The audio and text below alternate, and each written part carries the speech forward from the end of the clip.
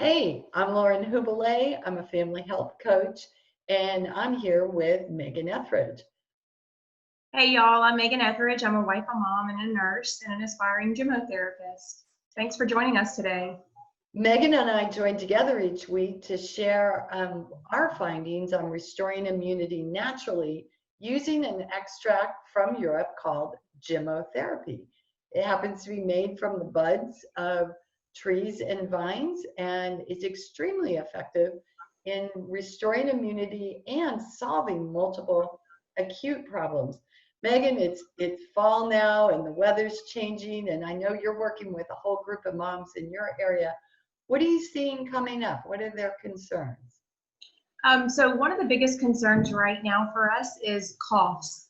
Coughs at the end of a cold, maybe just random coughs that kind of pop up, and coughs that linger. And, moms are really concerned when kids are coughing because they associate coughing with sickness, which you and I know isn't always true. And especially coughs that maybe interrupt sleep, because when no one's sleeping in the house, then the whole family is stressed by it and affected. Boy, that brings back a lot of memories for me of being up at night. I had one with croup a lot, and I also had a dry cougher that kept us up. So, what do you think it is about coughs, Megan, that scares moms? Because I think because of the sound, every time that they cough, it sends them into they're sick, something needs to be done. Even if they're playing and eating and running around, because they hear that noise, we're an action kind of people. So if we see something or hear something, then those things need an action. And I think that's where they get concerned, because prior to what we all have known, and this is true for me, is, you have a cough, you go to the doctor, or you have a cough, you go to the pharmacy to get an over-the-counter medication because you need to stop the cough, you need to stop the cough. Yeah, and the truth is we don't want to stop the cough. We want to make it effective. So what a cough really is there is to help clear, right? To clear mucus in the bronchi or in the lungs. And if we suppress it, we're just suppressing that inflammation that can lead to more chronic problems. And that's something I see in my practice a lot, where over the years, moms have been taught to suppress their child's cough, and then they develop into deeper chronic problems. And asthma could just be one of those. But getting that fear level down is a great concern of mine. And really, moms shouldn't be looking at the cough. There are another set of symptoms they should be looking at. Can you remind them what they are, Megan? Right. So from our first episode, we've been talking about the symptoms that we really are using to measure sickness, or those same symptoms that we're using to measure how well they're getting through that sickness. And we're looking at mood, appetite, and energy levels. And so if their mood's starting to go south and they're just, like Lauren loves to say, thin-skinned and everything sets them off, if their appetite is less or not at all, and if their energy, if you have, my 3-year-old little boy is all boy and always running and always doing. He's actually sick right now, and we have spent the majority of our morning on the couch, which is very atypical for him. And so this just tells me that his body is working to fight something. And those are the measurements that we are using to assess, okay, how sick are we? And then on the flip side of that, that's how I also measure how well he's getting through the next day or two. Yeah, that's great, Megan. And I think that's so important for moms, and that you have to remember this over and again, because when you're around other moms that don't see things that way, they can instill a lot of fear, can't they? Yeah, and not only other moms, but I find family, because this is how your parents did things, or this is how your aunts and uncles did things. And so it's they have a cough. Well, what are you giving? Well, why aren't you giving these X, Y, and Z medications? Because this is what I did for my baby. So to kind of be secure and confident in what you're doing, and give education along the way. And so I love that we're doing these podcasts, because I feel like the more that we're able to talk about it, that talking about anything relieves the fear of it and the stigma of it. And then that just gives us the information and the confidence and the power that we need to continue to do those things that we feel are right for our family and know are right. Yeah, it's so true, Megan. So true. So going back to this cough, I mean, why do we cough? We cough because in the center of the brain, we get a message that's sent with neurotransmitters down to the bronchi or lungs because mucus is thick and a reaction. This isn't a negative thing. This is a positive thing. The body's clearing, but when coughs that linger go on, what's happened is the body is trying to clear this, but it can't eliminate it, and that gets into deeper, more chronic issues, and we can certainly address those in future podcasts when we're talking about actual elimination, stool and kidney elimination. So let's go through some of the GMOs that we know, because there's 5. If you're a mom at home, you're wanting to set up your medicinary for your kids and be prepared for any kind of cough situation as we move into fall and winter, there are 5 that I would recommend. And they're black honeysuckle, hornbeam, liffy, silver lime, and hazel. So let's go through. I know did we talk about, oh, what was that, Megan? We discussed hornbeam last episode on coughs and colds and viruses.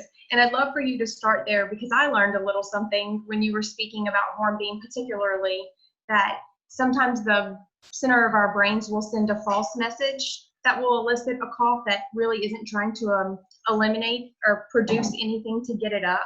So, and one of my Gemmo moms used hornbeam this week, and a couple of days later reached back out to us just to let us know that it was so effective for her little boy who was at the end of a cold. That's wonderful. So what hornbeam does is actually work in that brain center to make sure we're getting the proper message sent. So it will tell us to cough when the mucus is too thick, but on the other hand, hornbeam quiets the dry cough, which is a false signal from the brain. So the coughing, when you're taking hornbeam and you're still coughing, you need to know those coughs are productive coughs and they're needed. But often the cough that we all worry about is the one that keeps us up at night, right? Or keeps the child up at night. And that's generally a false signal cough. And that's why hornbeam is excellent at helping quiet that nighttime cough. The other thing that's important is that hornbeam actually not only reduces the inflammation in the moment, and that's the beauty of Gemmos, it gives us some future benefit by healing and protecting against any scar tissue from building in the respiratory system. I love that. And I just want to add, I'd like for you to elaborate a little bit because I know we speak about gemmotherapy and this is what our podcast revolves around, but how does gemmotherapy differ from other natural medicines, like let's say herbs or homeopathy? If you can just give a little bit of a definition, because I've had people ask me that. Yeah, that's a great question, Megan. So let's just look at other herbs, because there's a lot of moms out there that buy herbal products for their children, and this is all good. But herbs are extracted in a dry state. They're from one part of the plant, and they don't have those stem cells that gemmotherapy have, that ability to rejuvenate, bring nutrition, and strengthen, which is the one unique quality of gemmotherapy. So it's the marrow stem cells in the plant that's in the extract, and also gemmotherapy extracts are prepared when the buds are fresh. So it's using that fresh plant material. The other question you have was different from homeopathy. Yeah, so the main difference between the two is gemmotherapy is a drainage protocol. And it is working through the body to help drain inflammation in whatever area that the extract that we've selected is matched to. And so whereas homeopathy works with the vital force to clear what is blocking the body from healing, but homeopathy can't move that inflammation. And that's why actually the two of them work really well together. But more often than not, Megan, I found, and I'm sure you have too, that we can go a whole case without using homeopathy and just use gemmotherapy for acutes. Yes, I found that to be true for several of us through this, and I know that happens in your practice a lot. Thanks for clarifying the difference between, because like I said, I've had a couple of questions about that. Yeah. So you want to move through these gemmos, or did yeah, you? I do know. I wanted to move through the gemmos. I'm going to just share a story real quick. I had whooping cough like 7 years ago, and this continuous chronic cough that lingered for 7 years. It was worse during the winter. It was worse when I had a cold or something, but it was so bad that one day I was working in the ICU. My boss came to me and she was like, the pulmonologist is here. You need to see him now. This cough something needs to be done with it. And it was not until I found gemmotherapy and that this cough came up one day and I took a few drops of the extract of lithy, and immediately I felt this warm sensation spread across my chest. That cough was just diminished, and for the whole rest of the day, I never coughed again. So if you can speak about the extract lithy. Oh, Megan, that was a beautiful example, and that warm feeling you had is exactly what lithy does, because lithy is a dilator. So its primary action is as a dilator for the bronchi and the lungs to ease inspiration and expiration. So in-breath and out-breath. Lithy is not used on every cough. It is used on those coughs, right, that need that dilation, where we're struggling bringing in air and we're struggling expiring. So that was exactly the kind of cough that it resolved for you, right? Yes, ma'am. Yeah. So some of the other cough types that I've seen lithy resolve, first of all, which was probably similar to yours, kind of that convulsive coughing. Yes, ma'am. Like that, the pulmonologist diagnosed it as cough variant asthma. And so I know the lithy is used a lot from your book for asthmatic coughs. Exactly. And it's just that repetitive, continuous cough, cough, cough, cough, cough, cough, cough. Right. So your body gets in this loop, right? Mm-hmm. And that is an ineffective message, but more importantly, we've got this dilation issue going on, and that's why hornbeam wouldn't be as effective in that. But it can also be paired with. The two can work really beautifully together.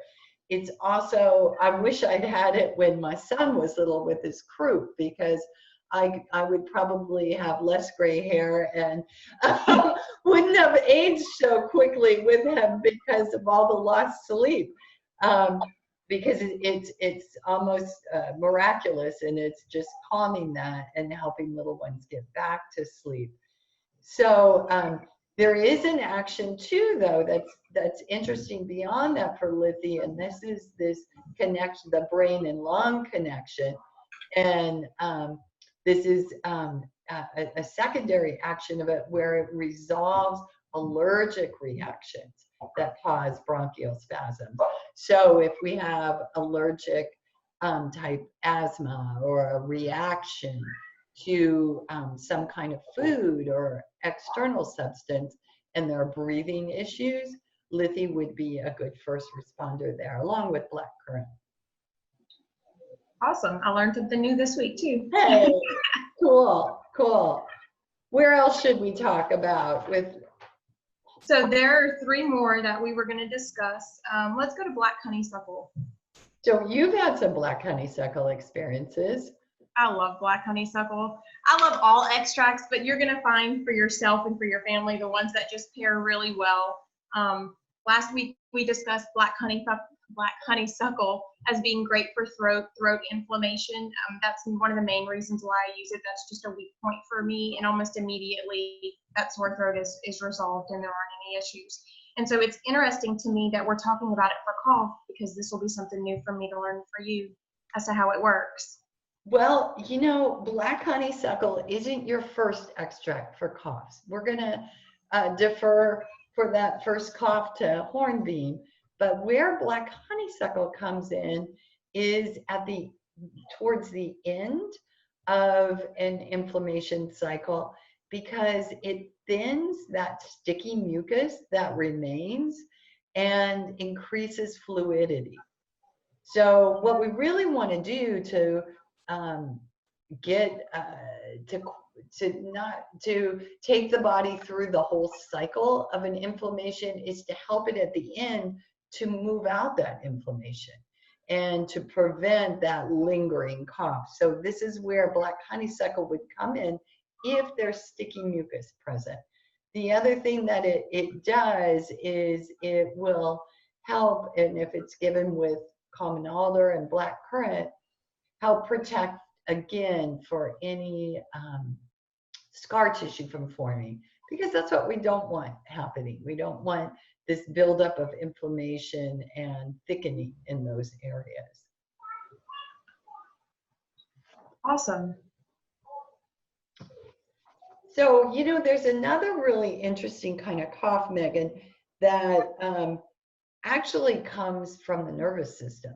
And this is that cough. Sometimes children get it in school.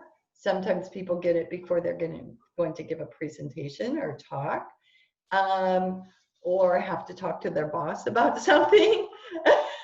And this is that complete false message from the brain. There's nothing that needs to be coughed. It's just dry. And although we could work with hornbeam, if we're sure nobody's sick here, we've just got something, a message being missing, then silver lime is your answer. And this is an extract we use to harmonize the nervous system and the neurovegetative system. So that those automatic responses that the brain sends a message to an organ. Silver lime doesn't work with the respiratory system at all, but it works with the whole body. And it's harmonizing of the entire nervous system would help relieve that. And we would only need a small amount. In this, we're really talking about microdosing. So 1 to 3 drops, even in adults. I love this because people who have anxiety, especially anxiety before doing something big, like you said, whether it's speaking or having a conversation with their boss, we all know what our little quirkiness is. Like your armpits may start sweating, or you may develop this cough, or the palms of your hands start sweating. So if you're a person who develops a cough, then silver lime is your extract, and just a drop or two, like Lauren said. And I'd be interested to hear your success stories. Oh yeah, I think parents will find that. I had a beautiful case that started the minute the young lady went to school, and it was a young teen starting high school, and this cough came kind of out of nowhere, it seemed. And what was interesting is she had had asthma as a child, and we resolved it all naturally with homeopathy and gemmotherapy over the years. I've been working with this little girl since she was 6 years old. And it was puzzling me. And it finally dawned on me, wait a minute, she is just fine. Because all we had to do was look at those other symptoms. Her appetite was great, her mood was great, energy was great. She got this cough 2 times. When she got out of the car and started heading to classes, and when she sat down to do her homework at night. It was just this anxiety driven that sent that false message from the brain to the lungs. And so silver lime is great for that nervous system and anxiety and help calming that. And then the cough resolves. Yeah, amazing. Beautiful. Megan, this is the whole thing when we really work with how the body works instead of our picture of what we want done. Like, I just want to fix this or make it go away. That's not how the body works. And we need to really remember that we are a living, breathing part of nature, and no more can we force that than we can look outside on this beautiful fall day and say, hey, I'm ready for spring. Because right. It's not time, right? And so everything's in a cycle, and we just need to work with it And at the same time, moms need sleep, right? And we all can't be home for weeks on end with our children. So we've got some great resources here. But there's one more. There is one more, and we've spoken about this again last episode, and when we talked about coughs and not coughs, about colds, and the extract is hazel. You know, like you've loved these others, I have a love affair with hazel, and I think there isn't anyone that can benefit from it on some level. But in this case, we're going to bring hazel in at the end of an acute episode, at the very end, and to protect for future reoccurrences. And this is an excellent school children's extract for that child that gets sick every month or 2 months, or always feels like mom always feels like she or he's being exposed to things. Because what it does is it resolves inflammation in the connective tissues. So it helps the lungs be more elastic and respond better. And over time, improves that inspiration and expiration out of the lungs. It does some work on the liver too at the same time, very similar action. And these two together help support immunity. There's also this neurovegetative connection, again, with the liver, lungs, and brain from hazel. So it can give a sense of calm, which is wonderful for everyone in the evening, right? So the difference would be you're taking hazel for this work on the organs. We're going to take a full dose, whatever a full dose is for you, according to the charts offered in my books or on my website. If you are taking it just for the calming, you want to take a microdose. And that, again, is like 1 to 3 drops. It's an excellent protector to use all winter, like once the weather changes. Have you had any particular experiences with it? Not a ton. We've tried it once or twice for Callum, but I just found at this point other extracts worked better. But I do know that for one of my Gemmo moms has incorporated hazel because her little boys had this continuous cycle of sickness, and it's helped tremendously, because while we're trying to resolve the symptoms that we see or hear, we're also looking to build our immunity so that we're stronger for the next time this comes around. And hazel is great for helping to do that. So I can see how it is. I can see how you'll have a love affair with it for sure. Yeah.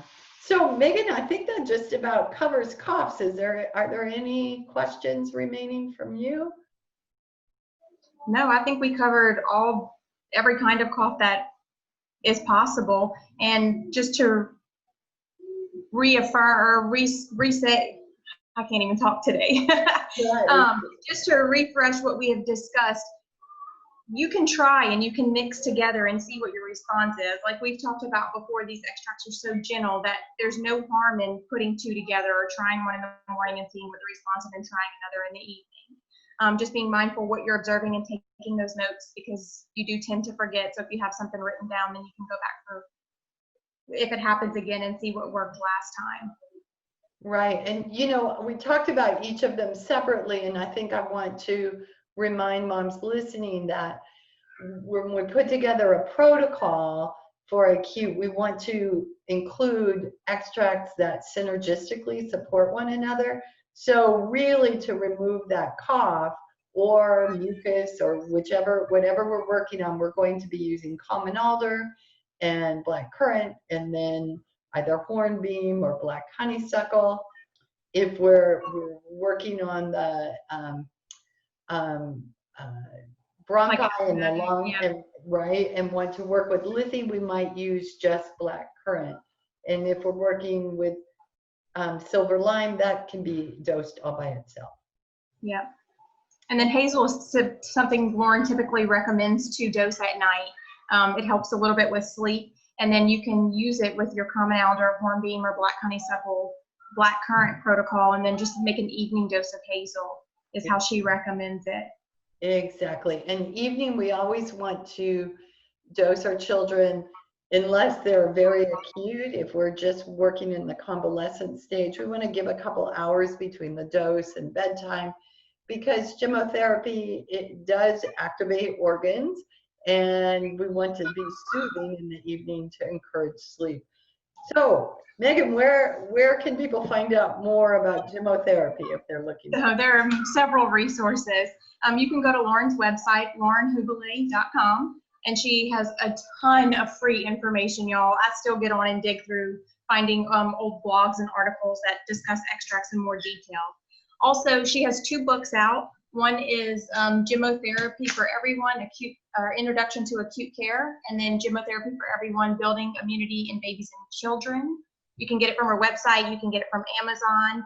I just know that a Google search always brings up some things too. So check out those books and check out our website and then see what other kind of digging you can do and find and listen to our podcast. We're going to be here every week, releasing a new episode on Tuesdays.